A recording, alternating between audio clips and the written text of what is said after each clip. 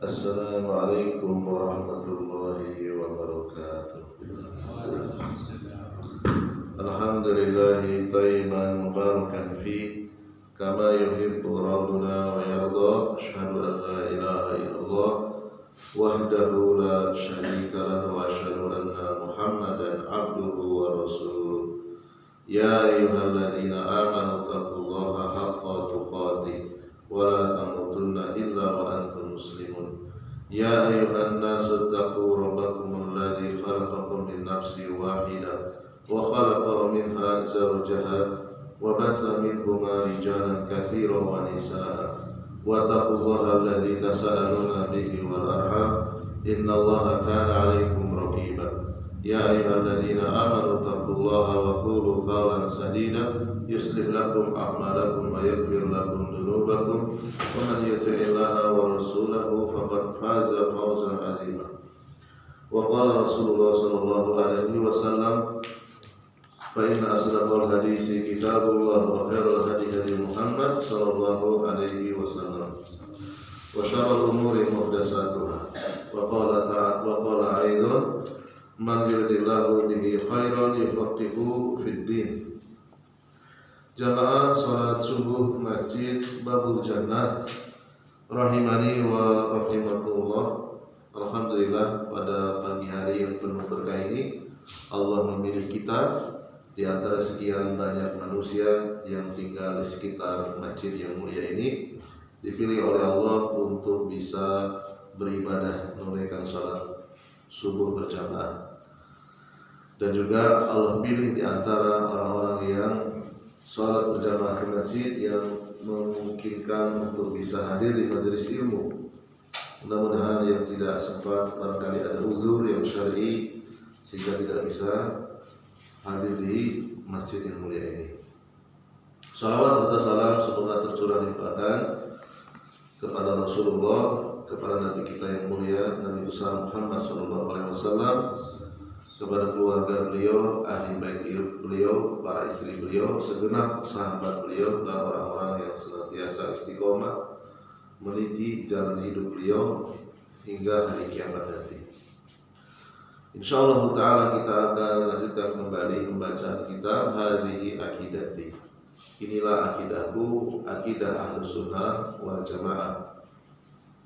Akidah yang pernah diyakini oleh Rasulullah dan para sahabat, yang pernah mereka jalani dalam kehidupan mereka, kemudian disampaikan kepada generasi berikutnya. Dan inilah yang menjadi tolak ukur seorang muslim itu dikatakan pengikut Nabi atau yang disebut dengan Ahlus Sunnah wal Jamaah. Karena di dunia ini banyak orang yang terdaftar sebagai seorang muslim, namun kata Nabi SAW, "Satabtariku ummati ala salasin wa sab'ina firqatan." Umatku, umat Islam itu terpecah-pecah menjadi 73 kelompok. Ya, kata Rasul, kulluhum finnar. Semuanya diancam masuk ke dalam neraka illa millatan wahidah, kecuali satu kelompok. Qalu, para sahabat bertanya, "Man hiya ya Rasulullah?" Firqah yang mana yang selamat tidak mampir ke dalam neraka? Firqah mana ya langsung masuk ke dalam surga? Rasulullah mengatakan, "Ma'ana alaihi wa ashabi." Orang-orang yang mengikuti tata cara beragamaku dan tata cara beragama para sahabatku. Ya. Di antara tata cara beragama Nabi dan para sahabat, tidak mudah untuk mengeluarkan saudaranya dari lingkaran Ahlus Sunnah. Selama saudaranya itu masih di atas akidah yang sama, di atas pokok-pokok sunnah yang sama, maka dia Ahlus Sunnah. Ya. Para sahabat adalah orang yang sangat berhati-hati, tidak asal menuduh dan tidak asal memponis. Ya. Karena sekarang ini banyak jemaah sekalian, orang-orang yang hanya secara lahiriah dia mengikuti sunnah Rasul, penampilannya berjenggot, celananya cingkrang, jubahnya cingkrang, ya.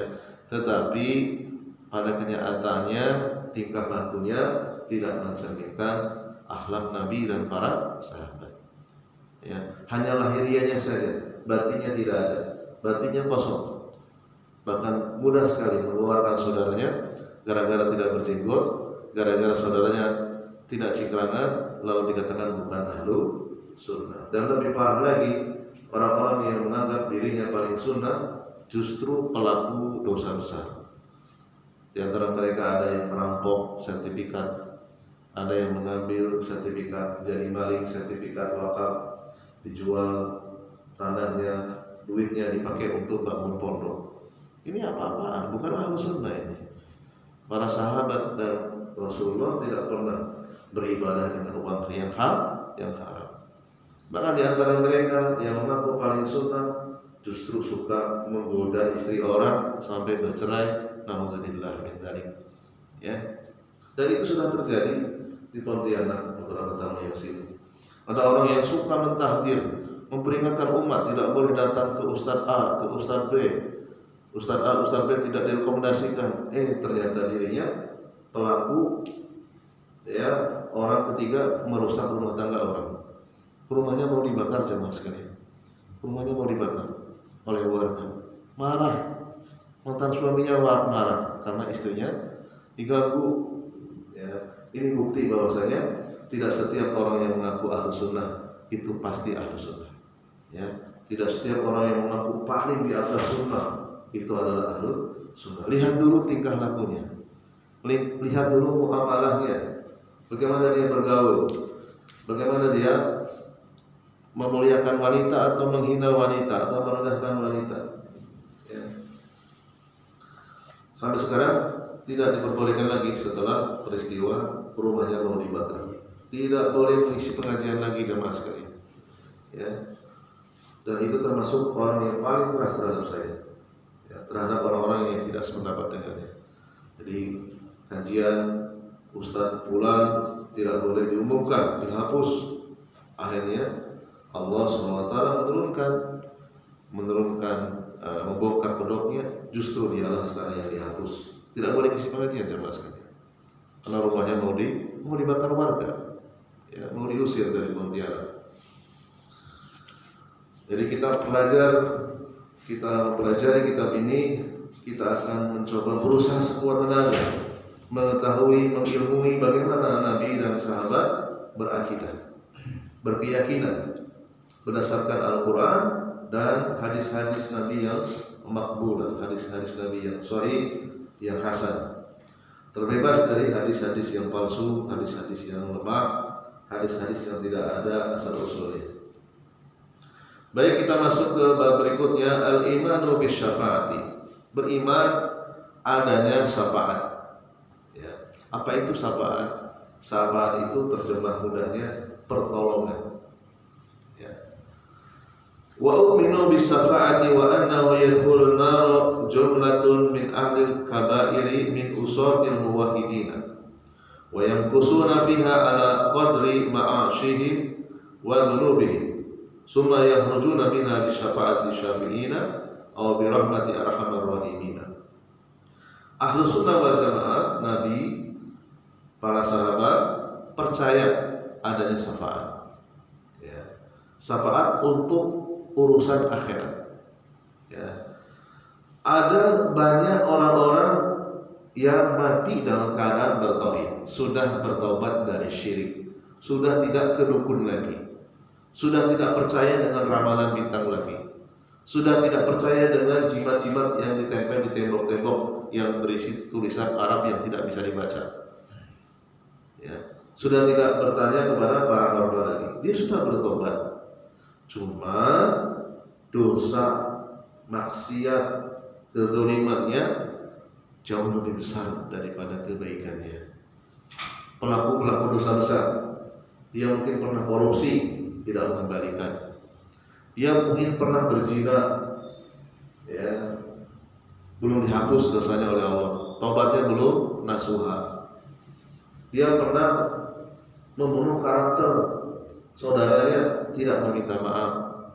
Dia pernah berhutang, tidak bayar hutang, lupa, saking banyaknya hutang. Yang hutang di tempat A, di tempat B, di tempat C, lupa dia. sampai mati ahli warisnya juga nggak ada yang tahu, ya.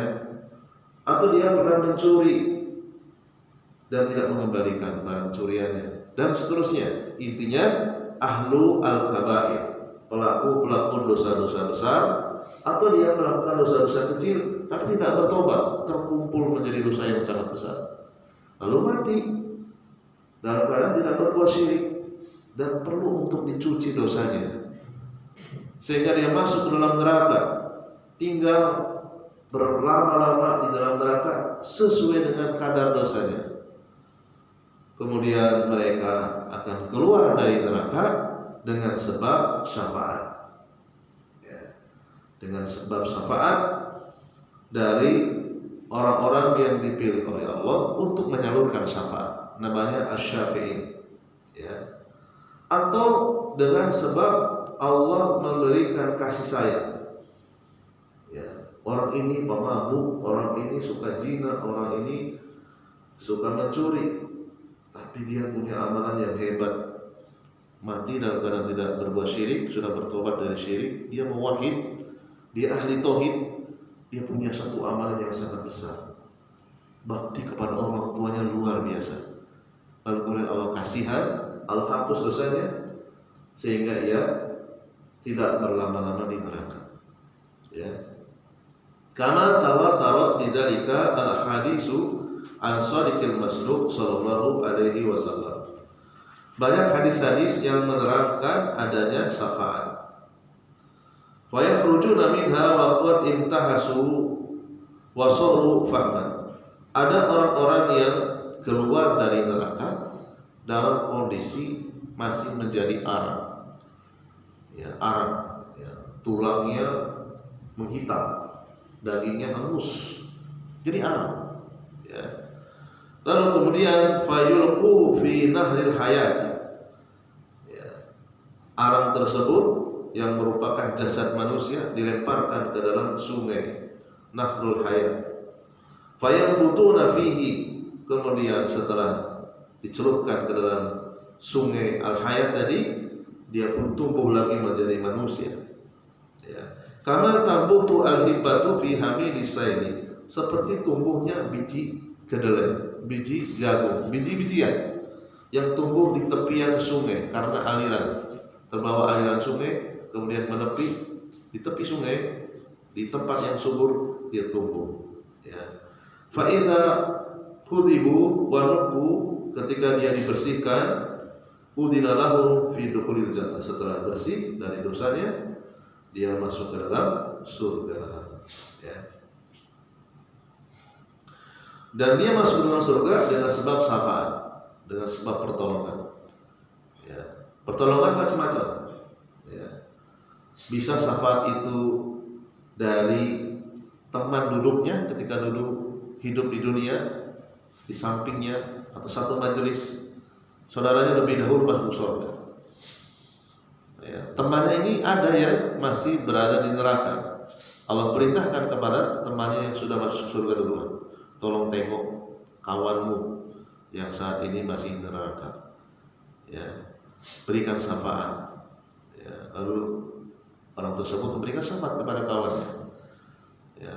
Keluar dari neraka dalam keadaan gosong, dalam keadaan telah menjadi arang, lalu kemudian oleh malaikat dicemplungkan, dilemparkan ke dalam sungai kehidupan dengan sebab syafaat teman duduknya dulu ketika hidup di dunia, teman ngaji, ya, tetangga, ya, tidak jauh dari tempat tinggalnya, atau dia mendapatkan syafaat dari Rasulullah SAW, atau dia mendapatkan syafaat dari para malaikat, dari wali-wali Allah, orang-orang soleh, sehingga kita diperbolehkan untuk berdoa dengan doa yang benar caranya. Gimana doanya? Di antaranya Allahumma syafi', ya Allah berikan aku syafaat, ya, fiyya, untukku, ya. Rasulullah Muhammad sallallahu alaihi wasallam, melalui Rasulmu. Nah, itu boleh, bukan syirik, karena kita minta syafaatnya kepada Allah. Allahumma syafi' fiyya, ya Allah berikan aku syafaat. Malaikataka, melalui para malaikat, boleh. Atau ucapan yang lain, Allahumma syafi' fiyya, ya Allah berikan aku syafaat. Auliya'aka, melalui para walimu. Siapa saja, entah itu para sahabat, para tabi'in, yang jelas orang-orang soleh umum. Ya, baik yang disebutkan nama-namanya secara dalil ataupun yang tidak disebutkan. Ya, kita tidak boleh menyebut ulama ini wali, nggak boleh selama tidak ada dalilnya. Kalau ada dalilnya boleh, selama tidak ada dalilnya nggak boleh. Kita hanya berharap semoga ulama ini seorang wali. Tapi meyakini Ustaz A, Ustaz B, Syekh A, Syekh B itu wali butuh dalil. Beda dengan para sahabat. Para sahabat ada dalilnya. Wasabiqunal awwalun minal muhajirin wal ansor wal ladzina tabauhum bi ihsan. Sahabat dari muhajirin dan ansor Allah ridho kepada mereka, ada dalilnya. Atau 10 orang sahabat yang dijamin masuk surga, ada dalilnya. Mereka wali-wali Allah. Adapun yang tidak disebut namanya, kita hanya berharap, berdoa, semoga si fulan, Ustaz fulan wali Allah. Tidak boleh memastikan si fulan itu wali Allah, enggak boleh kalau tidak ada dalilnya. Ya, karena yang tahu rahasia luar dan dalam dengan persis itu hanya Allah. Kita tidak bisa menilai hatinya seseorang. Ya. Jadi pada intinya orang-orang yang bertauhid mati membawa dosa yang banyak, amalan baiknya nggak cukup ketika ditimbang. Ya. Wa amma man khaffat mawazinu, ketika ditimbang amal baiknya itu khaffat, ringan. Fa ummuhu hawiyah, tempat kembalinya neraka hawiyah. Dia masuk ke dalam neraka butuh pertolongan. Entah tidak jadi masuk ke neraka, sudah diancam itu, sudah mau dimasukkan. Dapat syafaat nggak jadi. Ya, jadi jenis yang pertama nggak jadi masuk ke dalam neraka. Harusnya dia masuk ke dalam neraka, tapi nggak jadi. Yang kedua, dia masuk ke dalam neraka, harusnya dia dikurung 100 juta tahun. Ya, karena ada syafaat dapat remisi 50 juta tahun. Atau 25 juta tahun, atau lebih rendah dari itu, tergantung dari kadar dosanya. Atau ada orang yang harusnya dia masuk surga, beda tipis antara dosa dan kebaikan. Kebaikannya 1000, keburukannya 999, beda 1. Ya, dia terbebas dari neraka, tapi dia masuk surga yang paling rendah. Dengan adanya syafaat dia bisa naik level ke surga yang lebih tinggi. Jadi macam-macam syafaat itu. Ya, jadi syafaat di sini maksudnya adalah syafaat untuk kepentingan akhirat. Ya, kita tidak berbicara syafaat di dunia. Syafaat di dunia itu contohnya misalnya kita nggak punya duit, kita minta tolong ke tetangga, tolong dong pinjemin duit. Ya, itu namanya syafaat. Tapi syafaat urusan dunia. Ya. Demikian juga kita ingin kesembuhan. Kita minta kesembuhan kepada Allah melalui perantaraan dokter. Dokternya masih hidup, kita datang berobat. Ya, tolong ya dok, ya, sembuhkan saya, berikan saya obat. Ya, minta kesembuhannya kepada Allah, tetapi melalui perantaraan orang yang hidup. Kita minta duit sama Allah melalui perantaraan tetangga. Ya, tolong dok pinjemin saya uang, atau jangan-jangan dikasih uang ya, nggak dipinjemin. Nah itu namanya syafaat di dunia. Jadi syaratnya mudah kalau syafaat di dunia. Orang yang dimintai syafaat masih hidup dan bisa diajak komunikasi, entah lewat telepon atau langsung. Ya. Tidak dalam jarak yang jauh dan tidak bisa diajak komunikasi. Ini namanya syafaat syirik. Ya, dia berkeyakinan orang yang dimintai syafaat gurunya itu bisa mendengar dalam jarak ribuan kilometer. Ini tidak rasional. Kecuali pakai telepon. Ya. Tolong kalau kamu butuh pertolongan saya, sebut nama saya. Nah ini udah musyrik. Ya. Tempelkan foto saya di kamar kamu. Nanti saya bisa masuk ke dalam mimpi untuk mengawasi kamu. Ini musyrik ini. Ini kerjasama antara manusia dengan jin. Ya karena saya beberapa minggu yang lalu pernah dialog. Ya. Jadi kawan saya kalau lupa sholat itu diingatkan oleh gurunya lewat mimpi jemaah sekalian. Gurunya masuk ke dalam mimpi, wahai Mas B gitu ya, kamu belum sholat, bangun. Lewat mimpi. Ini luar biasa ini. Nah, ini khurafat ya. Tidak ada orang yang bisa menyengaja masuk ke alam mimpi. Bagaimana cara menyengaja ke alam mimpi? Ya, tidak ada. Ya. Tidak ada manusia yang lebih wali setelah Nabi, lebih wali dari Abu Bakar As-Siddiq. Tidak ada yang lebih wali dari Umar. Tidak ada yang lebih wali dari Utsman dan Ali. Mereka ketika ingin mengajak para istrinya, anak-anaknya sholat malam, gimana caranya? Ya dibangunkan, diketuk pintunya, dicepreti dengan air. Kalau sekarang pakai alarm, kan begitu ya? Bukan lewat mimpi. Ini sekarang di Pontianak ada, ya, satu kelompok dia kalau lupa sholat malam dibangunkannya lewat mimpi oleh gurunya, dan dia percaya itu gurunya. Nauzubillah min dzalik. Ya, lebih wali dari para sahabat, hebat banget ya. Ya. Ini tidak rasional ya. Islam itu datang sangat menghargai akal sehat. Ya. Membangunkan orang dengan cara menutup pintu, dengan cara membangunkan, dengan cara mencepreti dengan air, atau dengan cara menelponnya sehingga bunyi teleponnya, itu sesuai dengan akal sehat, rasional. Tapi kalau masuk alam mimpi, tidak rasional itu, ya. Itu adalah jin yang menyerupai manusia, sehingga dia memutuskan gurunya. Oh, guru saya wali, bisa masuk ke alam mimpi, bisa membangunkan saya dalam jarak yang sangat jauh. Gurunya di kubur raya, di Jalan Ayani 2, muridnya di Siantar sana, bisa dibangunkan Pak lewat mimpi. Ini luar biasa ini. Ini sudah ada. Kenapa bisa terjadi demikian? Karena tidak pernah mempelajari akidah Ahlus Sunnah wal Jamaah dengan cara yang benar. Ya. Rasulullah ketika membangunkan menantunya siapa? Ali bin Abi Thalib dengan cara menutup pintunya, jendela ditutup. Wahai Ali, bangun, kum. Demikian juga istri dan anaknya dibangunkan. Ya, tidak melalui mimpi. Ya. Jadi orang-orang yang nanti akan mendapatkan syafaat sebagaimana disebutkan di dalam berbagai banyak hadis, yang harusnya dia lama tinggal di neraka, dia dikurangi masa tahanannya. Fa idza taqabala khurujul usatil muwahhidin utbiqat an-naru 'alal kafarati fala yakhrujuna minha abadal abadi. Berbeda dengan orang-orang yang mati dalam keadaan masih membawa dosa syirik.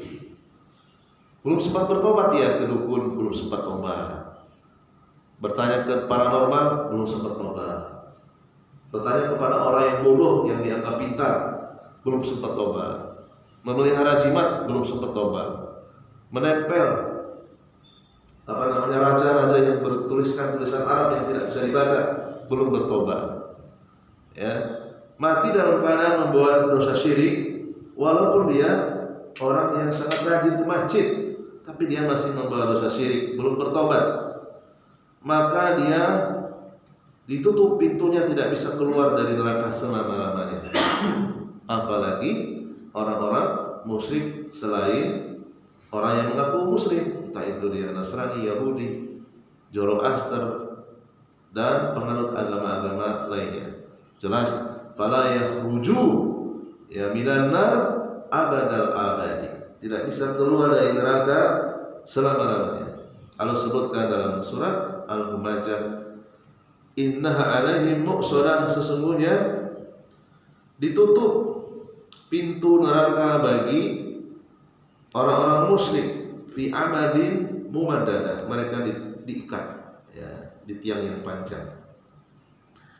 Yuriduna an yakhruju minan nari wa ma hum bi kharijina minha wa lahum adzabun muqim. Allah sebutkan dalam surat Al-Maidah ayat 37, mereka menginginkan keluar dari neraka, tapi mereka tak mampu. Mereka terus mendapatkan azab yang muqim, azab yang kekal. Ya. Ini adalah balasan untuk orang-orang yang mati dalam keadaan membawa dosa syirik, baik dia KTP-nya muslim tetapi perbuatannya masih mengandung kesyirikan, belum bertobat, atau dia KTP-nya memang dia bukan muslim, beragama yang lain, beragama kafir, maka walahum azabun muqim, mereka mendapatkan siksa yang tidak pernah berkesudahan, tidak pernah berhenti.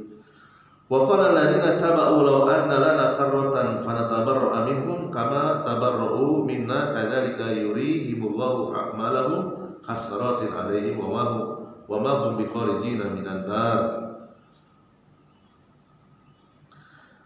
Dan orang-orang yang musyrik mereka mengatakan, seandainya kami diberi kesempatan, ya, sekali saja kami akan berlepas diri dari perbuatan syirik dan pelaku kesyirikan, ya. Sebagaimana mereka pada hari ini telah berlepas diri dari kami, ya. Jadi orang-orang musyrik di akhirat nanti itu saling berlepas diri, bahkan saling mencaci maki. Dahulu ketika di dunia adalah suami istri yang sangat harmonis, sampai mati cinta mereka, saking setianya. Nanti di akhirat mereka panatabarra'a minhum kama natabarra'u minna, saling berlepas diri, saling mencaci maki. Suami mencaci maki istrinya, istrinya mencaci maki suaminya. Demikian juga persahabatan di atas kesyirikan, di atas bukan tauhid, di bawah sampai mati. Di akhirat mereka saling berlepas diri, saling mencaci maki. Gara-gara nikah dengan kamu saya masuk neraka. Kamu kenapa mau dengan saya? Saya kan tidak maksa. Gara-gara bersahabat dengan kamu, saya masuk ke dalam neraka. Saling mencaci maki, saling menyalahkan, ya. Kadzalika yurihimullahu a'malahum, kemudian Allah memperlihatkan amalan-amalan baik mereka dulu di dunia, tetapi dihancurkan amalan mereka. Hasaratin 'alaihim, ya, mereka termasuk orang yang mengalami kebangkrutan, amalannya tidak ditimbang. Seluruh orang-orang kafir, orang-orang yang mati dalam keadaan musyrik, amalannya tidak ditimbang. Diperlihatkan tapi tidak ditimbang. Karena apa? Dianggap nol. Karena dosa syirik yang dia lakukan belum dia tobati, itu sudah menghapus seluruh amalannya. Timbangannya ada tetapi tidak ditimbang amalannya. Amalannya ada tapi tidak ditimbang. Wa ma hum bikharijina minan nar, mereka tidak mampu keluar dari neraka. Al-Baqarah ayat 167. Wa qala ta'ala labisina fiha ahqaba, mereka tinggal di dalam neraka ahqaba selama-lamanya. An-Naba ayat 23. Wa nahsuruhum yaumal qiyamah ala wujuhihim umyan wa bukman wa summan ma'wahum jahannam. Ya, kami kumpulkan orang-orang kafir pada hari kiamat, ya, dalam keadaan wajah mereka berada di bawah, kakinya di atas, dibalik. Dalam keadaan matanya tidak bisa melihat, tidak bisa berbicara, telinganya tidak bisa mendengar.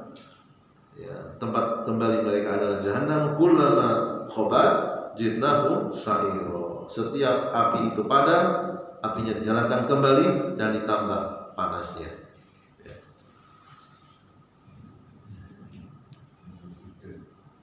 Kemudian wa uminu bima yarhiqu bihadzal asli mimma yakunu fi barjah ba'da al-mauti min i'adati ruhil mayyit ila jasadihi idza wada'a fi qabrihi wa fitnatul qabri wa na'imuhu wa adzabuhu wa su'al munkar wa nakir lahu fi qabrihi an rabbihi wa an dinihi wa an nabiyyi wa futiha babun minal jannah aw minan nari 'alal mayyit fi qabrihi wa anal qabra rawdatun min riyadil jannah aw hufratun min hufaril annar. Ahlussunnah wal Jamaah meyakini sebelum manusia itu masuk ke alam akhirat, masuk ke alam setelah kiamat, mereka akan mengalami fase yang namanya alam barzah.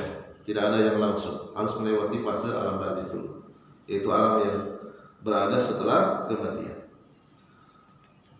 Dikembalikan ruh orang yang telah mati ke dalam jasadnya ketika mereka diletakkan di dalam kuburnya, dan ini adalah berita gaib, tidak bisa dicerna dengan panca indera kita, hanya diyakini saja. Kalau kita bongkar, ya tetap saja wujudnya, bentuknya mayat dalam keadaan rusak. Tetapi alam barzah berbeda dengan alam dunia. Orang-orang yang sudah masuk ke alam barzah, mereka merasakan seperti hidup di dunia, jasad dengan ruhnya bersatu. Ya, versi alam barzah. Tapi kalau kita bongkar ya enggak. Karena alam kita berbeda. Tangan kita masuk ke dalam kuburan mereka, ya enggak ada apa-apa. Karena kita masih di alam dunia. Enggak akan terjadi apa-apa dengan tangan kita. Seandainya kita pasang kamera, ya tidak terjadi apa-apa. Karena kamera masih berada di alam dunia. Ya. Tidak sama alam barzah dengan alam dunia. Mereka akan mendapatkan ya ujian, yaitu beberapa pertanyaan, siapa madrobuka, siapa Tuhanmu, wa madinuka, apa agamamu, wa man nabiyuka, siapa nabimu. Kemudian juga mereka akan mendapatkan nikmat dan azab. Ya. Azab kubur bagi orang yang muwahhid itu sebagai salah satu pencuci dosa. Ya, kalau cukup dihapus dengan siksaan yang ada di dalam kubur, maka kebaikannya utuh, dosanya tinggal sedikit. Ya. Atau bahkan mungkin karena dosanya sedikit, dengan disiksa di alam kubur dosanya sudah bersih. Ya. Dan dia juga mendapatkan nikmat kubur. Seluruh orang yang meninggal dalam keadaan bertauhid, dia akan mendapatkan nikmat kubur. Berbeda dengan orang yang mati dalam keadaan musyrik, dia tidak mendapatkan nikmat kubur sama sekali. Dia hanya mendapatkan azab saja. Ya. Orang-orang yang meninggal dalam keadaan bertauhid, dia akan diberikan satu nikmat oleh Allah. Futiha babun minal jannah, dibukakan pintu, diperlihatkan pintu menuju surga. Ya. Kuburan bagi orang yang bertauhid adalah taman min riyadil jannah, di antara taman-taman surga. Sebaliknya, kuburan bagi orang yang mati dalam keadaan musyrik, entah dia muslim KTP-nya tapi perbuatannya musyrik, atau dia beragama selain Islam, kuburan itu adalah khufratun min khufarinnar, lubang di antara lubang-lubang neraka. Disiksa terus-menerus, diperlihatkan ya, lubang menuju neraka. Ya. Hal ini berdasarkan hadis-hadis yang sahih, di antaranya hadis yang dikeluarkan Imam Ahmad, Ibnu Hibban. Kemudian terkait dengan syafaat tadi, setelah melewati fase alam barzah, orang itu masuk ke dalam akhirat, ditimbang amalannya, apakah dia masuk surga langsung atau mampir dulu ke neraka. Ketika orang yang mendapatkan syafaat, ada beberapa syarat yang harus dipenuhi. Syarat yang pertama, penyalur syafaat, yaitu para rasul, para malaikat, para wali-wali Allah, para orang soleh, itu mendapatkan izin. Ya, mendapatkan izin. Kalau tidak dapat izin nggak bisa. Syarat yang kedua, yang menyalurkan syafaat pasti orang-orang pilihan, orang-orang soleh, baik itu dari kalangan para nabi, para rasul, malaikat, para wali, ya. Orang-orang pilihan, ya. Orang-orang pilihan jelas berarti orang-orang yang muwahhid, tauhidnya sempurna. Syarat yang ketiga, orang yang mendapatkan syafaat adalah orang yang bertauhid juga, walaupun dia banyak membawa dosa. Dosanya jauh lebih banyak daripada kebaikannya. Jadi ada tiga tadi, ya, ada tiga syarat. Izin, kemudian yang kedua yang menyalurkan syafaat orang pilihan, orang yang muwahhid. Yang ketiga, orang yang mendapatkan syafaat adalah orang yang bertauhid juga, walaupun banyak dosanya. Barangkali ini saja yang bisa kita bahas. Mudah-mudahan bermanfaat dan bisa meningkatkan keimanan dan ketakwaan kita kepada Allah SWT. Barangkali ada diskusi, ada tanya jawab. Kita tutup dulu. Subhanallahumma wa bihamdika asyhadu an la ilaha illa anta astaghfiruka wa atubu ilaik.